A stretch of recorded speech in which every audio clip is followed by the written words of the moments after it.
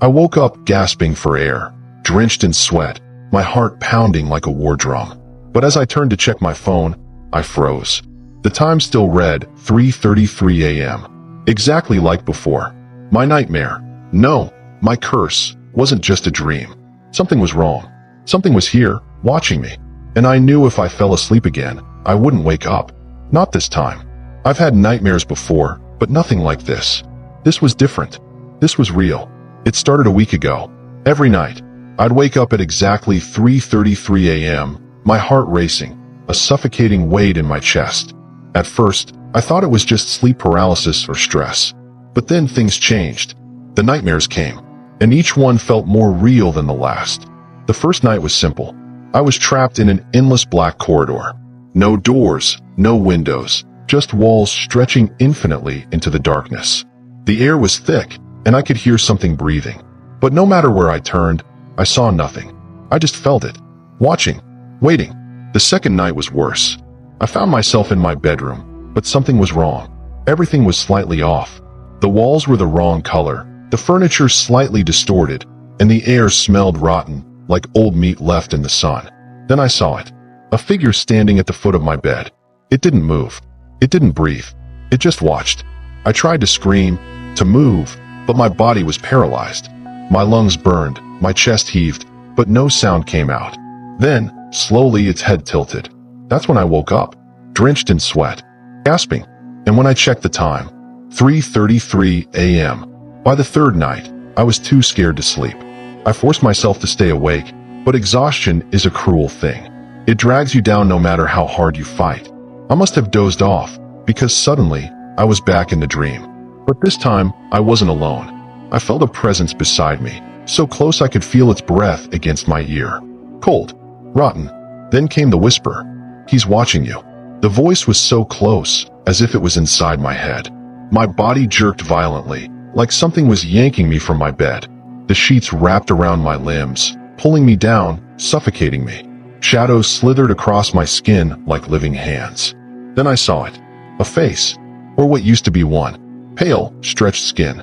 A mouth far too wide, curling into an inhuman grin. No eyes. Just empty sockets that dripped with thick, black ooze. And it was smiling. I woke up screaming, heart hammering, hands shaking. The air in my room was freezing. My breath came out in visible puffs. And then I saw them. The handprints. Dark, wet smudges on my sheets. Not mine. Something had been here. And it had touched me. The time? 3:33 a.m. I didn't sleep the next night. Or the night after that. By the fourth night, my body ached from exhaustion. My eyes were dry, red, and ringed with dark circles. Every sound around me, every creak of the floorboards, every whisper of wind against the window, made me jump. I started seeing things. A shadow that shouldn't have been there. A figure standing in the mirror, but not in my room. Fingers curling around my bedroom doorframe, then disappearing when I looked. But I refused to close my eyes. I couldn't. So I sat in bed, knees curled to my chest, phone clutched in my hands. The screen glowed in the darkness, the time crawling toward 3:33 a.m. And then it happened. The scratching. At first, I thought it was the wind. But it was too rhythmic, a slow, deliberate scraping, like nails dragging against my closet door. Then came the breathing. Heavy, raspy, right behind me. The air turned ice cold. My breath came out in small, visible puffs. My fingers trembled as I turned my head, dreading what I'd see. The room was empty. Or so I thought. Because then I saw it. A shape in the corner, hunched over, its limbs wrongly bent, its body jerking with unnatural twitches. The sound of bones cracking echoed through the silent room as its head slowly, painfully, snapped upward. And then, it crawled toward me. Not walked. Crawled. Its limbs bent at grotesque angles, flesh peeling from its fingers, its eyeless sockets locked onto me. Black sludge dripped from its gaping mouth, hitting the floor with sickening splatters. I couldn't move. I couldn't breathe. Then my phone buzzed. A sharp, vibrating jolt against my palm. The creature stopped. I swallowed hard, my hand shaking as I lifted the phone to my face. A message. From an unknown number. Don't go back to sleep. A cold chill ran through me. My stomach dropped. And then, I heard my closet door creak open. I turned. just in time to see something black and shapeless slither out from the darkness inside. The light on my phone flickered, the temperature plummeted, and then, in the silence, a whisper, "He's getting closer." I couldn't take it anymore. 5 days without sleep had turned me into a wreck. My hands shook constantly. My vision blurred in and out of focus. Shadows moved in the corners of my sight, twisting into horrifying shapes that shouldn't exist. And worst of all, I started hearing my own voice when I wasn't speaking. Soft, muted, like something was mimicking me. I caught it in the bathroom mirror. My reflection's lips moved after I stopped talking. I caught it whispering my own name from the closet, from under the bed, from the dark spaces of my house. And then, at 3:33 a.m., it finally came for me. I was sitting in bed, my body too exhausted to even hold my phone.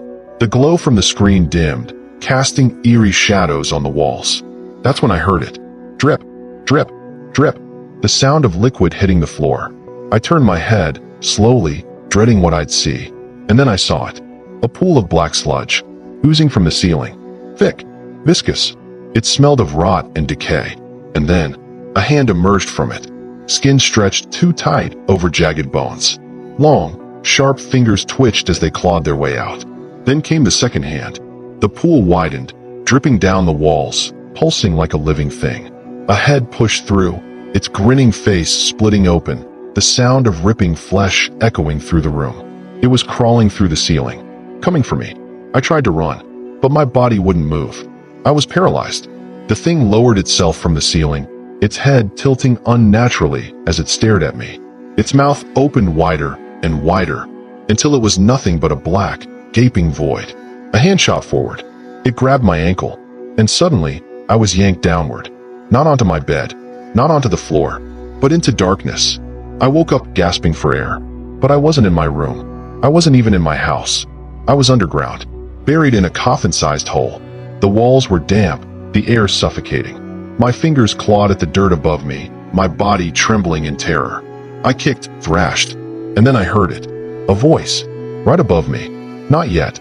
Then, just as suddenly as it began, I woke up, in my bed, sheets drenched in sweat, heart pounding, and when I turned to my phone, the time was 3:32 a.m. 1 minute left. I held my breath. I waited, and then, my closet door creaked open, and a whisper, soft, raspy, and right beside my ear said, "You never woke up." Now, I don't sleep. I can't sleep, because every time I do, I wake up somewhere else. And one of these nights, I know I won't wake up at all.